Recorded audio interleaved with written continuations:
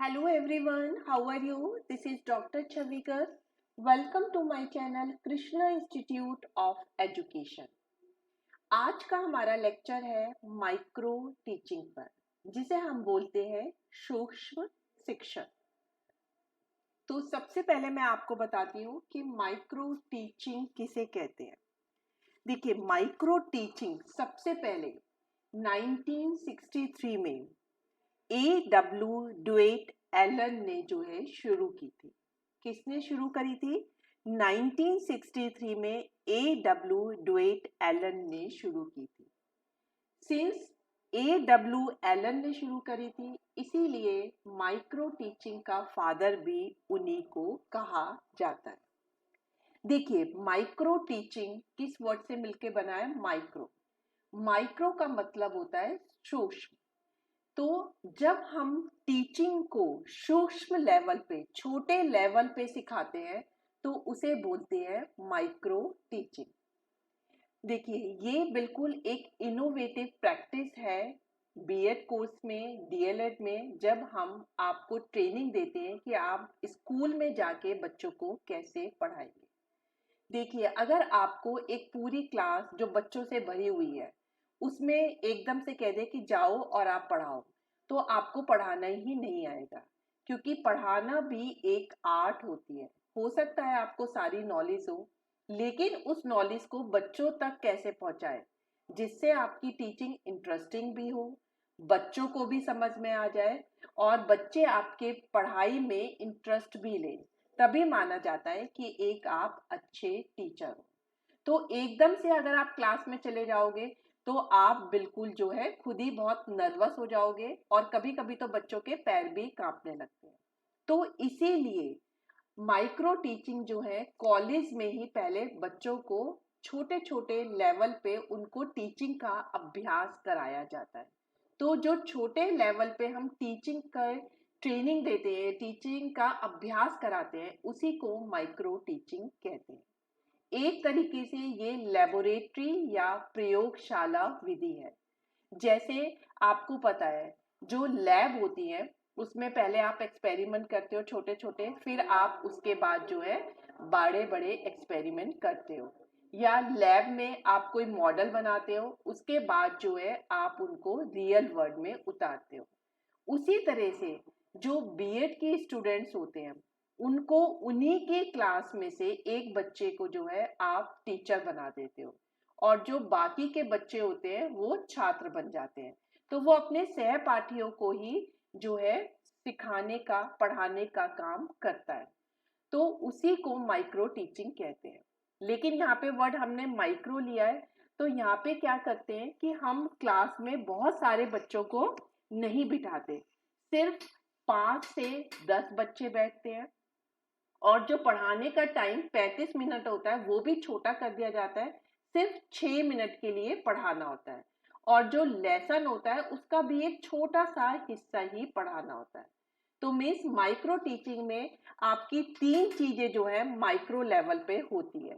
बच्चे भी 35-40 की बजाय 5-10 बैठते हैं, जो पढ़ाने का ड्यूरेशन है वो भी आपका 36 मिनट से सिर्फ 6 मिनट का हो जाता है, और जो आपका लेसन है उसका भी आप एक छोटा सा हिस्सा पढ़ाते हो। और साथ के साथ एक हम टेप रिकॉर्डर भी लगा सकते हैं, जिससे कि जो बच्चा पढ़ा रहा है उसकी सारी चीजें रिकॉर्डिंग हो जाए, बाद में वो उसे टेप रिकॉर्डर को ऑन करके सुन सकता है कि उसने पढ़ाने में कहाँ कहाँ गलती की है। तो इसको बोलते हैं हम माइक्रो टीचिंग, कि मीन छोटी क्लास को छोटी अवधि के लिए और छोटे से लेसन को पढ़ाना इज कॉल्ड माइक्रो टीचिंग। अब माइक्रो टीचिंग हम कैसे कराते हैं? इसका पूरा एक साइकिल होता है। इसमें आपके जो है पूरे 6 आपके चक्र से ये जो है बच्चा माइक्रो टीचिंग करता है। तो जिन जिन फेज से वो बच्चा गुजरता है उसी को हम बोलते हैं माइक्रो टीचिंग साइकिल। देखिए, सबसे पहला है पाठ योजना या फिर लेसन प्लानिंग। बच्चा ये अपने घर से लेसन प्लान बनाकर आता है। अब क्लास में उसके सिर्फ 5 से 10 बच्चे बैठे होते हैं, और ये बच्चे उसके सहपाठी ही होते हैं। उनको वो 36 मिनट ना पढ़ा के सिर्फ 6 मिनट पढ़ाता है। इसीलिए इसको हम बोलते हैं माइक्रो टीचिंग, की सूक्ष्म शिक्षण, कि बहुत कम समय के लिए हमने इसे पढ़ाया है। जब वो 6 मिनट के लिए पढ़ा लेता है तो जो बच्चे उसका लेक्चर सुन रहे हैं उनको हम कहते हैं अब आप फीडबैक दीजिए। फीडबैक मीन्स कि इस बच्चे ने कैसा पढ़ाया है, इसके पॉजिटिव पॉइंट क्या है, इसके नेगेटिव पॉइंट्स क्या है, और इसके लिए उन बच्चों को 6 मिनट का टाइम दिया जाता है। 6 मिनट में वो अपनी फीडबैक तैयार करके जो बच्चा पढ़ा रहा होता है उसको दे देते हैं। अब उस फीडबैक में उसकी जो कमियां होती हैं उसे देख के जो बच्चा पढ़ा रहा होता है उसे दोबारे से अपने लेसन प्लान को ठीक करना होता है। इसके लिए उसे 12 मिनट का टाइम दिया जाता है। 12 मिनट में वो अपने लेसन प्लान को री लेसन प्लान करता है, मीन्स दोबारे से बनाता है। उसके बाद जब लेसन प्लान दोबारे से बना दिया, अभी उसकी गलतियां थी तो उसे दोबारे से टीचिंग कराई जाती है। दोबारे से कराई जा रही है इसलिए हमने इसे पुनः शिक्षण या री टीचिंग बोला है, और यहाँ पर भी वो सिर्फ 6 मिनट ही पढ़ाएगा। अब जब वो री टीचिंग कर लेता है तो फिर दोबारे से जो बच्चे उसके क्लास में बैठे हुए हैं 5 से 10 बच्चे, उन्हें फीडबैक देना होता है और उसके लिए उन्हें 6 मिनट का टाइम दिया जाता है। तो 6 मिनट में वो दोबारे से अपनी फीडबैक देते हैं, इसीलिए इसे पुनः पृष्ठ पोषण या री फीडबैक कहते हैं। तो इस तरीके से ये साइकिल पूरा 36 मिनट का आपका हो जाता है कि पहले आप घर से लेसन प्लान बना के आए हो, अब क्लास में आपने 6 मिनट की माइक्रो टीचिंग करी, फिर बच्चों ने 6 मिनट में आपको फीडबैक दिया, फिर अपनी कमियों के बेसिस पे आपने 12 मिनट में री लेसन प्लान किया आपने, फिर दोबारा से आपने 6 मिनट की री टीचिंग की, फिर बच्चों ने दोबारा से री फीडबैक दिया। तो इस तरीके से आपकी जो कमियां होती है उन कमियों को सुधार के आप साथ के साथ दोबारा से पढ़ाते। फिर जिस बच्चे ने अपनी माइक्रो टीचिंग कंप्लीट कर ली वो बच्चा अब जो है क्लास में बैठ जाता है, अब वो छात्र बन जाता है, और जो 5 से 10 बच्चे बैठे हुए थे अब उनमें से एक दूसरे बच्चे को हम खड़ा करते हैं, अब वो प्यूपल टीचर या कक्षा अध्यापक बन जाता है। इस तरीके से हर बच्चा जो है कक्षाध्यापक बनता है और वो दूसरे बच्चे को सिखाता है।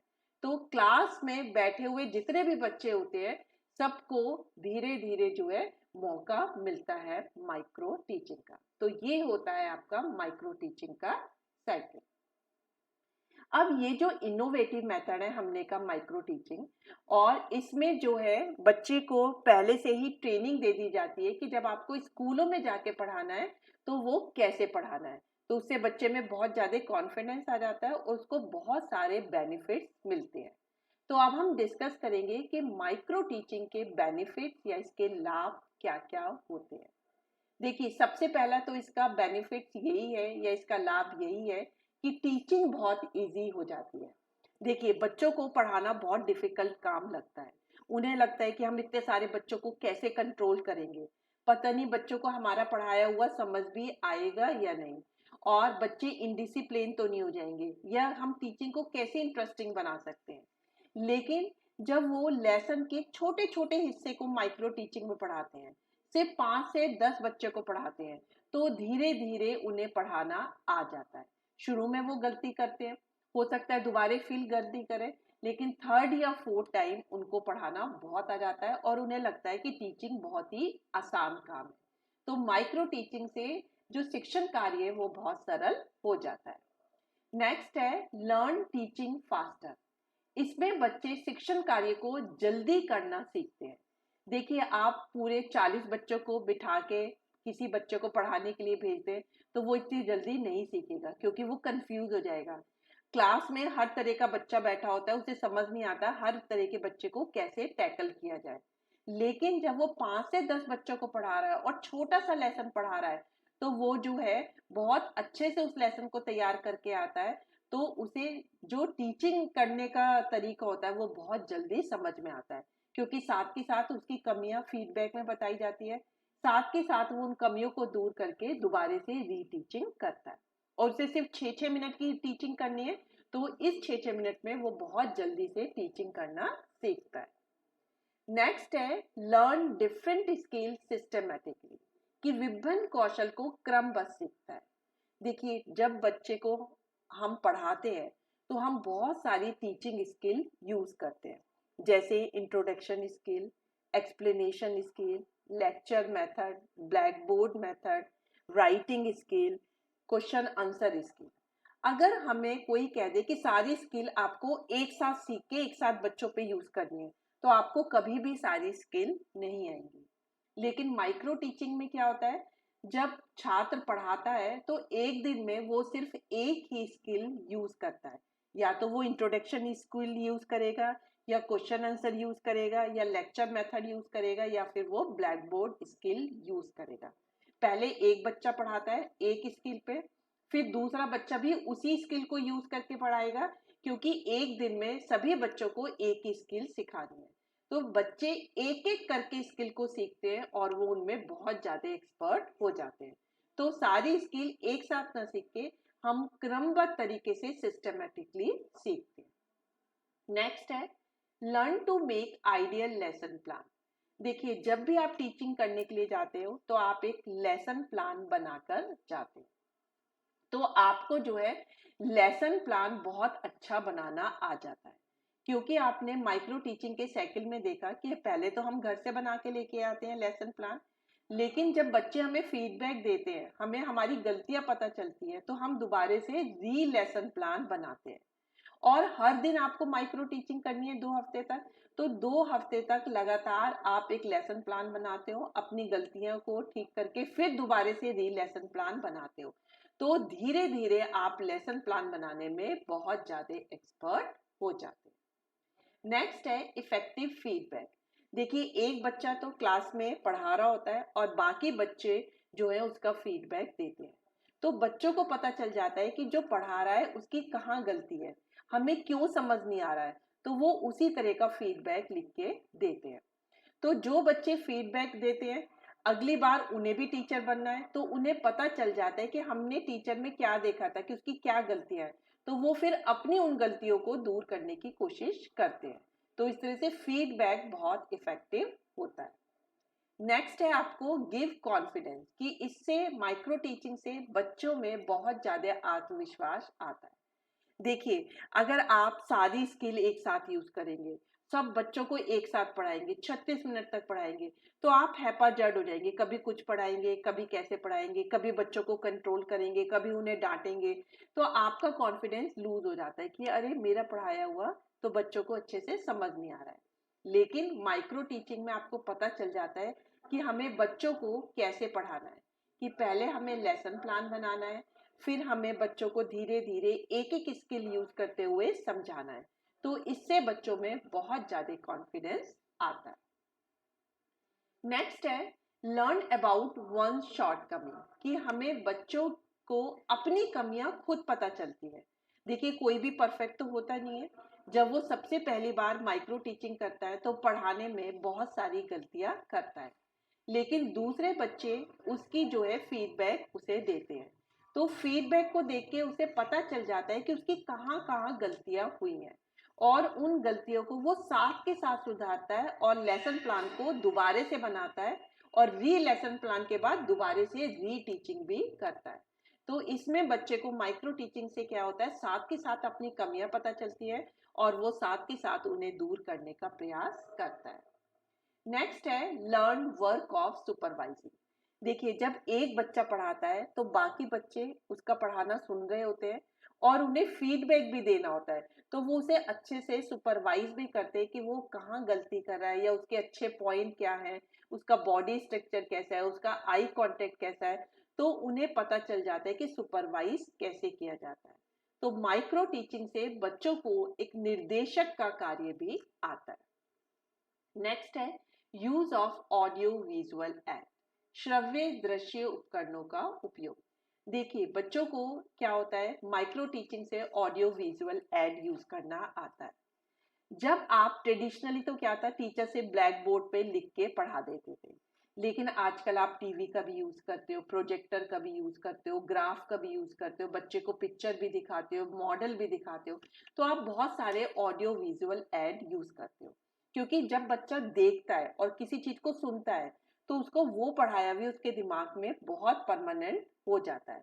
तो माइक्रो टीचिंग में जब आप ऑडियो विजुअल ऐड यूज करते हैं, एक तो आपको उनको यूज करना आ जाता है क्लास में, दूसरा, आप उसके हैबिचुअल हो जाते हो, आपको पता चल जाता है कि जब मैं ऑडियो विजुअल ऐड यूज करता हूँ तो बच्चे पढ़ाई में ज्यादा इंटरेस्ट लेते हैं और उनको ज्यादा अच्छे से समझ आता है, तो आप आगे जाके ऑडियो विजुअल ऐड को अच्छे से यूज करने लगते हैं। नेक्स्ट है इम्प्रूव टीचिंग स्किल। इससे पढ़ाने में बहुत ज्यादा दक्षता आती है। देखिए, पहले आप 6 मिनट पढ़ा रहे हो, दूसरे दिन भी आप 6 मिनट पढ़ा रहे हो, तो आपको धीरे धीरे थोड़ा थोड़ा पढ़ाते हैं तो आपको एक कॉन्फिडेंस जनरेट हो जाता है। आप रोज एक स्किल सीखते हो और फिर दूसरी स्किल सीखते हो, तो धीरे धीरे आपको सारी टीचिंग स्किल आ जाती है, आपको बच्चों को कंट्रोल करना आ जाता है, आपको अपनी कमियों को दूर करना आ जाता है, आपको ऑडियो विजुअल ऐड यूज करना आ जाते हैं। तो इस तरह से जो आपके पढ़ाने की क्षमता है, आपकी जो टीचिंग स्किल है, वो बहुत ज्यादा इम्प्रूव हो जाती है और आपको पढ़ाने में दक्षता आती है।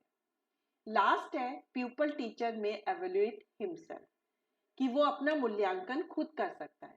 देखिए, जब आप पढ़ा रहे होते हो तो आपको खुद पता चल जाता है कि आपका पढ़ाया हुआ बच्चों को समझ में आ रहा है या नहीं आ रहा है।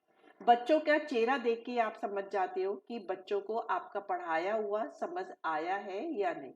जब आप क्वेश्चन पूछते हो और बच्चे उनका आंसर देते हैं तो आपको लगता है हाँ, बच्चों को समझ में आया। या बच्चे ब्लैंक फेस रखते हैं, उन्हें कुछ बताने ही नहीं आता, तो आप समझ जाते हो कि बच्चों को कुछ भी बताना नहीं आ रहा है, इट मीन्स कि उन्हें समझ नहीं आया। तो प्यूपल टीचर खुद ही अपना मूल्यांकन करने लगता है और अपने मूल्यांकन के हिसाब से वो खुद ही अपनी जो टीचिंग है उसे इम्प्रूव करता है। तो इस तरह से हमने देखा कि माइक्रो टीचिंग जो है एक बहुत ही अच्छा इनोवेटिव प्रैक्टिस है और इससे बच्चों को जो है पढ़ाने में बहुत ज्यादा दक्षता आती है।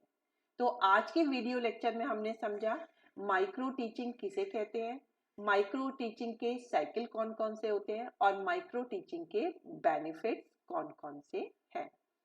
तो अगर आपको ये लेक्चर अच्छा लगा तो मेरी वीडियो को लाइक सब्सक्राइब करना बिल्कुल मत भूलें। So that's all for today lecture. Thank you very much.